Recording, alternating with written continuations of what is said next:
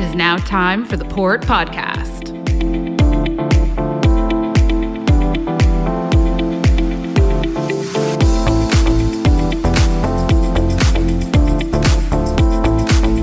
And 3, 2, 1, we are rolling. Welcome back, everybody, to a new episode of the Port Podcast. I'm pretty excited to have Gary on the show today. This has been a long time waiting. Gary, thank you so much for joining us on the Port Podcast today. Craig and I are so excited to have you. We've been talking about this episode a little bit, I'd say from episode 1 to now, because part of your job as a marine pilot, Gary, is a tremendous feat to what we're doing here at the port. And it's a big component of how things work logistically. And I think having your knowledge and expertise in the industry on this episode is going to be really, really interesting, both to potential workforce people that are maybe looking to becoming marine pilots, and as well as a little bit about the reality on the water. So thank you, everybody, for joining us. We're so excited to have Gary Joyce here from the St. John Marine Pilots, the Atlantic Pilot Authority. So we're very, very excited. Thank you all for listening to the show. If you've listened to our past episodes, we really appreciate it. And if you're just tuning in for the very first time, thank you so much. We're excited to have you here. So, Gary, to start things off, tell us a little bit about who you are and how you got involved into this industry and the job that you're in. Well, I grew up in a small fishing village just outside of Halifax and was around the water most of my life, and realized that I did want to go back to the water when I had a job. So I started actually in Coast Guard in the late 90s. We have a small Coast Guard base that comes up here well, there's one just here at the head of the harbor, but also in the summertime we have students that come and do the inshore rescue up in the river itself. And that's how I started. And then I got into the Coast Guard a few years later and realized that after a number of years working there, I kind of wanted to get into the commercial world and see the world. And so that's what I did. I ended up working on a cable ship, so putting fiber optic cables pretty much in every continent of the world. Wow. And traveled with them for a number of years and became captain. And then realized I liked doing the project stuff. So then I ended up in Europe doing the wind farm out there, and did that for 5 years, and then decided it was time to come home. So ended up working actually in the office at the APA for a little while, and then realized that it was time to go back to sea again. So I'm here now. I've been here for 3 years. I've just finished my training at the beginning of this year. It takes a number of years to get your training and become a full-fledged pilot, but the training really began in 1999. In 1999. So. What has been a big part of your passion at basically excelling in this industry? Because it seems like along the way, the professional development is really, really integral to what you're doing. Certainly. I think it's really the drive to be on the ocean, be part of the team, because that's what it is. You're on a ship, you're part of a team, and as you work your way up through the ranks, you like having a little bit more control. You like to be in charge of this. You like to be in charge of that, and then eventually making your own team. So that was what I got to do. Interesting. When I worked in the UK, was I built my own team, hired the ships, and went and finished the wind turbines. And it was, that sort of personality is the type of person that becomes a pilot. You're not a person that is able to just sit and not take charge or not do things, because you literally have to come aboard a ship and take over from a captain who basically has been running the ship most of his career, and you have to take over nicely. And say, nicely, okay. Yeah. Keyword, yeah. So for those of us in the St. John community, we're seeing ships with more frequency in the harbor, both the inner harbor and the outer harbor. But oftentimes we get a lot of questions from a port standpoint. What are these vessels doing that are going out and helping bring the ship in? So maybe describe to us what a marine pilot does and what the Atlantic Pilotage Authority does for our region. Okay. Well, I'll start with the Atlantic Pilotage Authority. Basically, their role is to manage the pilotage in Atlantic Canada. So there's 4 different authorities in Canada, and Atlantic Pilotage Authority is based in Halifax, but they manage Halifax, St. John's, Canso, and I think there's 21 ports now. There was 17 before, so it's quite a busy region. And of course, there's St. John is the busiest port by volume, and Halifax is by numbers.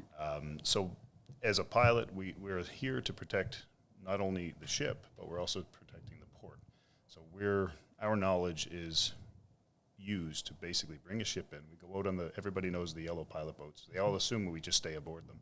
But we climb up a rope ladder. With all the technology in the world, you'd think rope ladders would be a thing of the past. But we climb up a rope ladder and take over from the captain, and using our knowledge, and we bring the ships in safely. So most captains, for example, would not know that at high water or low water specifically, it's not slack tide.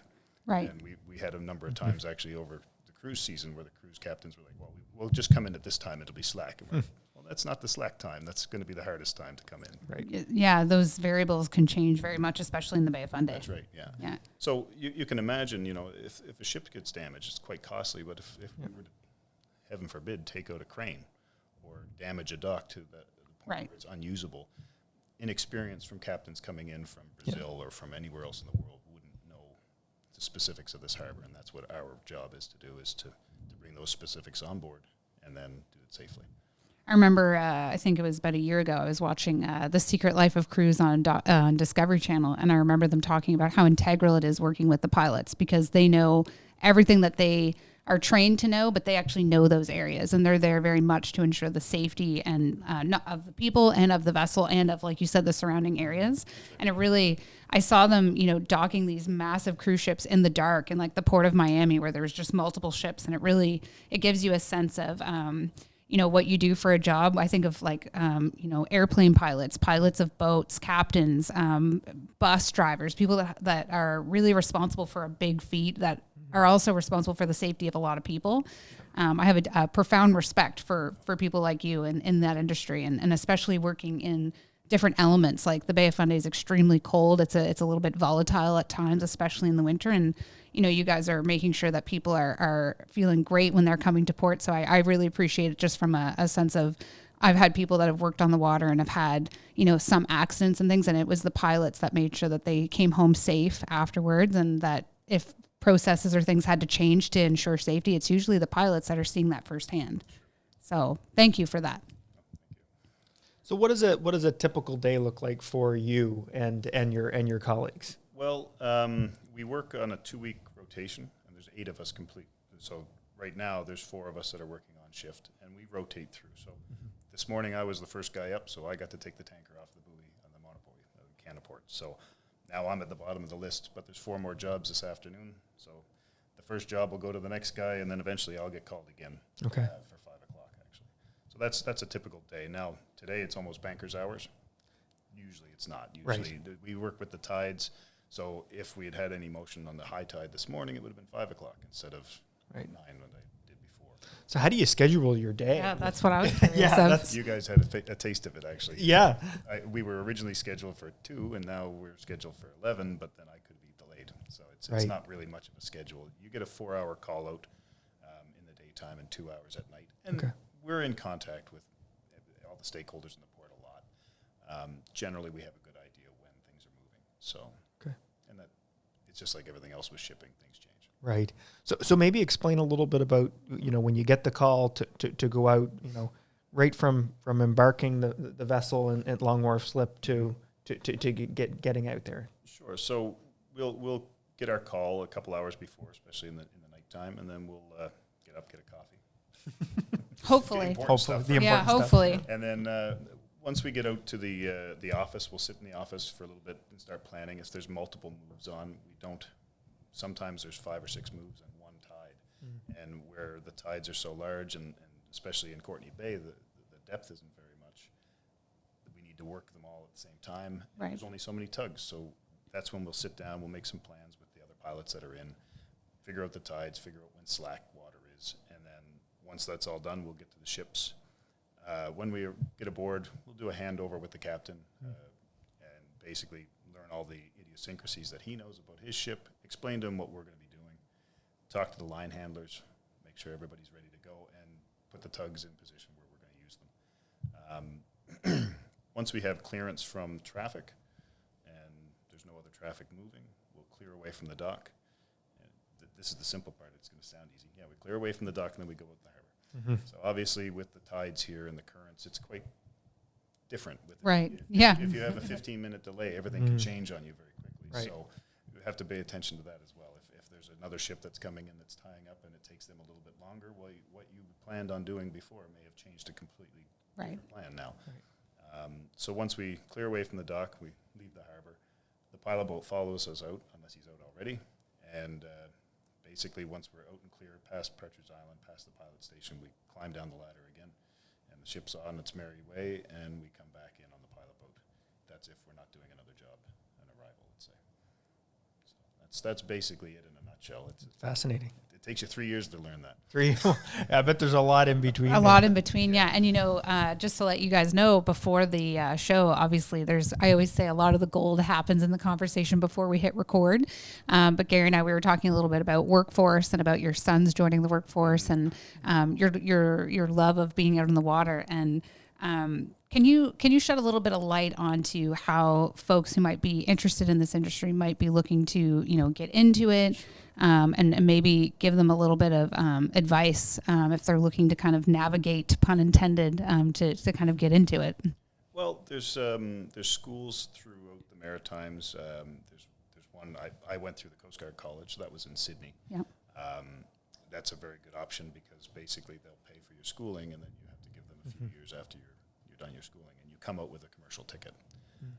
Finding work can sometimes be the hardest part, so it's kind of nice that they pair that. The nice thing is right now, the industry is struggling for people, for mariners that are professional mariners in Canada. Right. So it's a good time to try to get into this industry, actually. So you can go there. There's Holland College in PEI.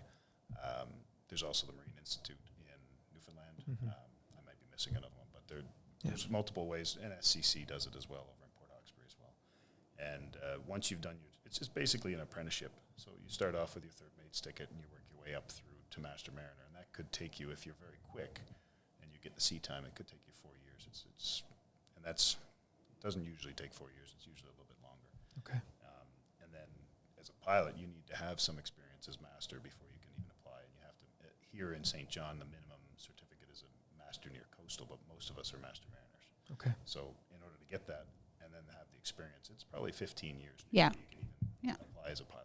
Wow.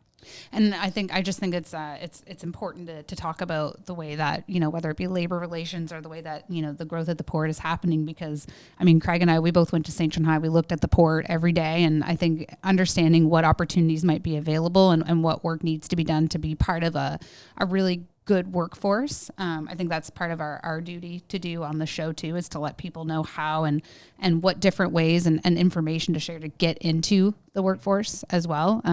And something else that I said on the show to Gary is that it takes a tremendous type of work ethic and person to be in this industry, because the level of focus, the level of consistent professional development that you have to do ongoingly to stay not relevant, but to understand the different variables, the circumstances of how things are changing out on the water. You're dealing with people's lives and very expensive vessels and big ports, right? So what is a piece of advice that you might give to people based on all of your experience in the industry? I'm sure you've had a lot of different instances, right? Good and bad, but... Yeah, I think it would probably apply to most places in life, though. It's just a matter of being responsible. Yeah. And having a good work ethic to forward yourself in your own career, and it applies to the marine industry as well as anywhere else, I'm sure. So Kate's hit on this a couple of times, like health and safety, and obviously the responsibility that you guys have. What are some of the health and safety measures that you folks are constantly thinking about, especially in this dynamic environment? In the dynamic, obviously the most dangerous part of our job is getting from the pilot boat to the ship. Right. And I mentioned before, it's a rope ladder. We've actually, the pilots across the world, there's been incidences recently and throughout the years of pilots falling off the ladder. We just had a pilot fall off in Cape Breton and hurt himself quite badly. We're constantly aware of the dangers there. Some of the things that you would normally think of, because you're climbing up a long ladder, you think working at loft and working at height, but if you try to attach yourself to a rope that the guy's got up at the top of the ladder, and the ship's going up and down and the boat's moving, so it really is a timing thing. But we wear a lot more gear now than they did. I was actually looking at some of the pictures in the office, and used to wear this. This was the outfit to go to the No way. boat with a nice hat on, and so. You're just like Caribbeaner, like onto things, just like no problem, like ready for a board meeting right afterwards. That's right. So it's changed over the years. We now have coats that we're working on trying to find the right fit to move forward, especially into wintertime where we have a little bit more cold weather here. Our life jackets are very substantial. We also have AIS beacons so that if we go overboard, Fundy traffic knows where we're at. Everybody knows where we're at, so they can hopefully find us, hopefully not in the fog. Yeah. As well as the deckhands that are on the boat, they're tethered in, so they can't fall overboard. And it's just a matter of bringing the speed down for the ship to get us alongside. Now, we can climb a maximum of 9 meters on the ladder. If it's any more than 9 meters, then they'll actually put the gangway down, so we'll have to climb up a little ways and then get back on the gangway. Okay. Once we get onto the ship, obviously we're concerned about snapbacks of lines. Like the tugs, they can pull 50 tons, 60 tons, 70 tons, depending on the tug you get. And if a line breaks, it's like a whip. And so everybody has to be standing clear and aware of those dangers as we're coming alongside. And it's the same thing with the ships and the line handlers. So if I'm coming alongside on a ship, you can imagine one of these container ships, they're not light. Right. You don't just put on your Jake brake and Right. park. So if you're moving slowly, it doesn't matter that you're moving slowly. There's a lot of momentum. So if they put a line out and they pull on that line, there's a lot of tension that comes up very quickly. So just to make sure that everybody's aware of those dangers. So on that note, we have a lot of diversity in terms of the types of vessels and the cargoes that we handle. So liquid bulk, you mentioned you were out this morning at Canaport. We've got bulk operations, primarily potash in Courtney Bay, then containers and cruise. What's it like to be a pilot on the different types of vessels? Well, the cruise ships are fun because it's like playing with something that has all the toys and all the bells and whistles. Right. So the cruise ship, I think of the Oasis of the Seas. I think she has 21,000 horsepower of bow thruster. So some of the container ships have 25,000 horsepower of main engine. So with a 1,000 horsepower of bow thruster. That's a difference for sure. The cruise ships are actually easier to maneuver, but you're dealing with different personality types and many people on the bridge compared to what you deal with on the other ships. So a cruise ship job is not necessarily as much the maneuvering, it's almost the personalities and how to interact with everybody on the bridge. The potash jobs, they're very basic, simple ships, and they're usually coming in very light, so we call them balloons. To blow around on the top of the surface of the water. Really? Oh, that's interesting. When they leave, they're really heavy. And heavy, They don't blow around, but they don't get moving very fast. Right. So, and then you add in the freshet and all these other things that happen. And it's fun to change gears between jobs. Yeah. And, if we get a VLCC on the buoy, those are some of the heaviest ships because the cruise ships are nice and big and they look very heavy. Yeah. But they're light as a feather with a lot of power compared to these bigger ships that are fully laden with 333,000 tons of. They don't stop very well. No. Now, do they count how many times they've boarded a ship, or is that something that my assignment number's on there, so I could. But like deep down how many times you've okay, that's what I thought, because I think it's really cool with the power of social media over the past few years. I've seen a ton of different videos where you see people that have to wait for the exact moment and they're on the tug and then they're jumping onto the boat, or the people on cruise ships that have to go deliver the mail on the pier and then they have to run back and sometimes they miss it. I think that's something common that a lot of us see, but I don't think.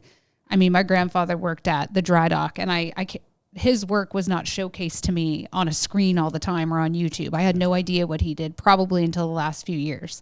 And I have a big respect now for a lot of people that did work at the dry dock, that are still working at the port.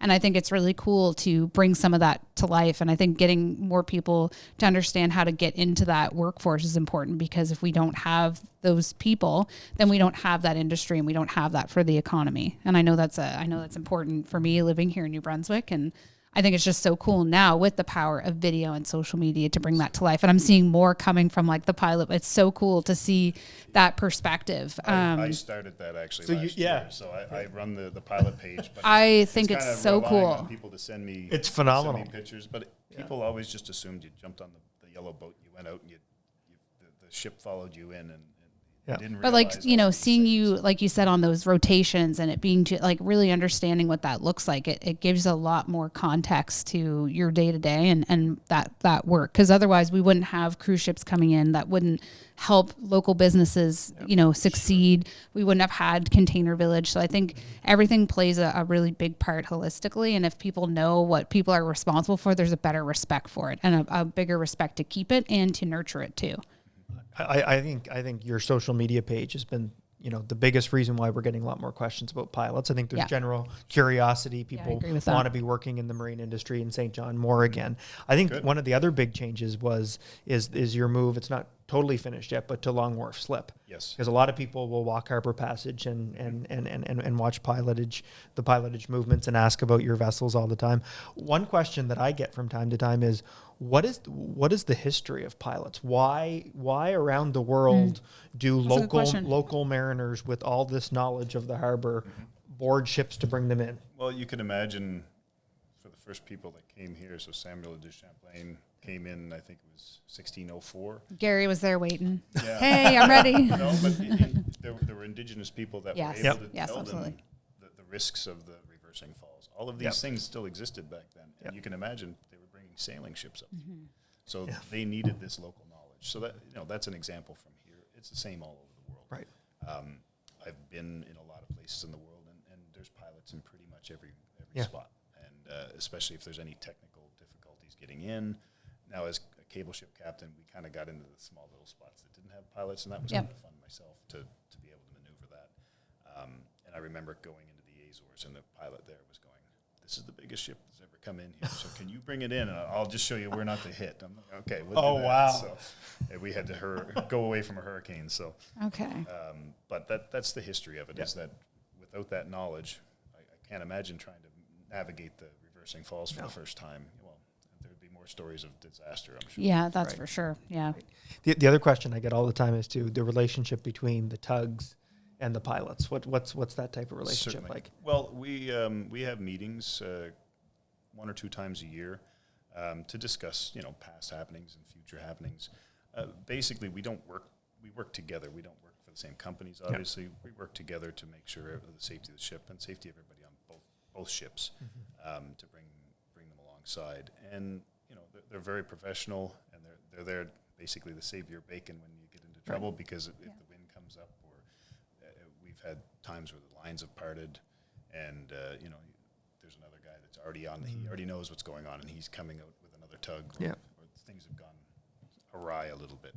And those are things that you don't think of. Well, you do think of, but you have them in the back of your head, because you can do this job quite often, and everything. Oh yeah, no, I did that 3 times last week. It's fine, but it's that one day you get too complacent, and that's when the tugs are a godsend. Right. And, Right. These are very maneuverable, and the captains are very, very good at what they do. So. That's so cool. I think it's nice hearing that people like working together. I know sometimes it can, whether there's politics or whatever going on, but I love when it's out on the water. It seems like everybody from an organizational standpoint, a team, whether it's out fishing or everybody's sharing information to keep each other safe, because we know the dangers of it. We know the variables of it. And I think it's just important to kind of just, if we're feeding our ecosystem quite literally and figuratively and helping each other, I think that's when we can have a healthy and safe waterfront and workforce as well. And I appreciate you like letting us know, and to people listening, how to, you know, from a permeable standpoint, like get into the industry, because it could seem maybe daunting, but these are things that I wish I had known maybe in high school, and it maybe would have changed the course of my life. Sure. Just knowing the trades and the needs of what my actual city needed versus maybe what I wanted to do. So I think it's really good for people to know those things. So thank you so much. Just as we wrap up, I'm just curious, what is one last piece of advice that you'd love to give people who might be considering being a pilot in this industry? That's a tough one. A lot of people don't necessarily know they're going to become a pilot. I didn't expect to become a pilot. But I would basically just tell them to work towards their tickets, work towards their master mariners, gain their experience, and then take that experience with them. And it's an excellent job for life balance. After being away at sea for 1 year, I think it was 270 days. Oh wow! Working 18-hour days, and That's incredible. Wow. All of a sudden now I'm home, and after this, I'm going to wrap up and I'm going to go stack a cord of wood, and then I'm going to come back and do another job. But it's that life balance Right. that people don't account for. And after years of doing other things, they realize they can do that as well. So keep that goal in their mind. And I've got one more quick one. Yeah. So for anyone listening that's not from this region, what's one thing you want to tell them about the dynamic Bay of Fundy? Good or bad? The tides are not doing what you think. Okay. Do you want to elaborate a little bit? We'll just send that out to all the Just captains send it that out? are coming Okay. in, just as a disclaimer for all the cruise captains. So that's whatever you think of the Bay of Fundy, it's a little It's different. chill, guys. Just come see us. We're fine. We've got great pilots. We'll get you in on time. We'll get you safe. It's good. Great. That must be an interesting atmosphere, though, for the Oh, captains. They want that challenge. Certainly, it's especially during freshet season. Yeah. It really becomes. Right. You don't realize we've actually considered bringing our 2 weeks on, 2 weeks off down to a week on, week off, because while you're on shift, it is It's pretty a lot more demanding. stressful. Yeah. It's very demanding because we kind of go through the seasons where it's nice and cold, Yeah. and then we get freshet, and then we get fog, Right. and then we get the cruise ships, and then it's starting to get cold again. Right. It's a So those are dynamic your year. seasons. That's our Fog, seasons. cruise That's ship, their life work fresh balance, right? Okay, winter. There you go. There's the 4 seasons of a pilot. There we go. That's it. We like that. I love it. Gary, thank you so much. Thank you. Seriously, Thank you for having I really enjoyed that conversation. And I hope that you all did too. And until next time, see ya. Thank you. Thanks so much for listening.